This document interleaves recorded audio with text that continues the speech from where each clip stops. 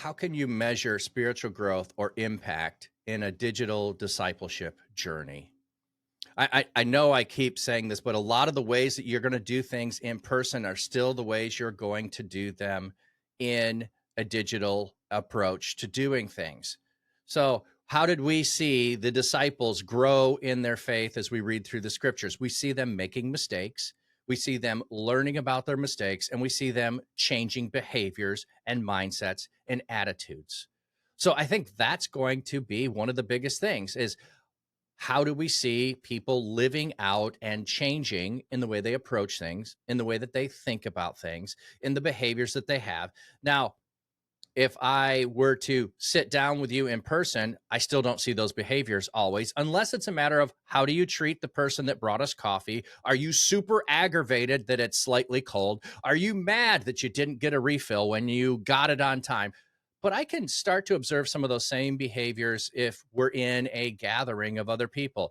What do you get agitated by? Do you show grace when someone makes a mistake? How are you offering them? Are you exhibiting the fruits of the Spirit? That's really one of the places that I'm going to go to in any kind of discipleship is, do I see the fruits of the Spirit in this person? Do I see love, joy, patience, kindness, gentleness, self control? Or do I see the opposite of those things? Do I see them suddenly correcting me because I left some out and I didn't have them in the right order? Or are they going to be more Christ-like today than they were a year ago, more loving today than when I first met them, more patient today than in the past? And you're going to learn this at times the same way when someone brings up a story, when you're sitting across from them with a cup of coffee, or you're in the Bible study group and someone says, I just have to tell you what happened to me this week, and you can evaluate what you hear from the story of how they tell it,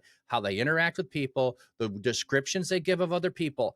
Our words and our body language does not hide well our emotions that are going on inside. It's really hard to fully hide if you're angry about something inside, to cover that up, to mask it. And if you're meeting digitally and you see them face to face and you can read the tone in their text, and also, by the way, if it's text only, double check because you can misread text, but you can see their body language when they're sitting across from you with the camera. You can see the mannerisms. You can hear in their voice if it's anger or excitement, because just putting an exclamation point behind something has two different meanings, or three or four, depending upon how much nuance you want to give to that. So when you're doing things in discipleship, tracking those things, I look for the behaviors and the mannerisms of the person.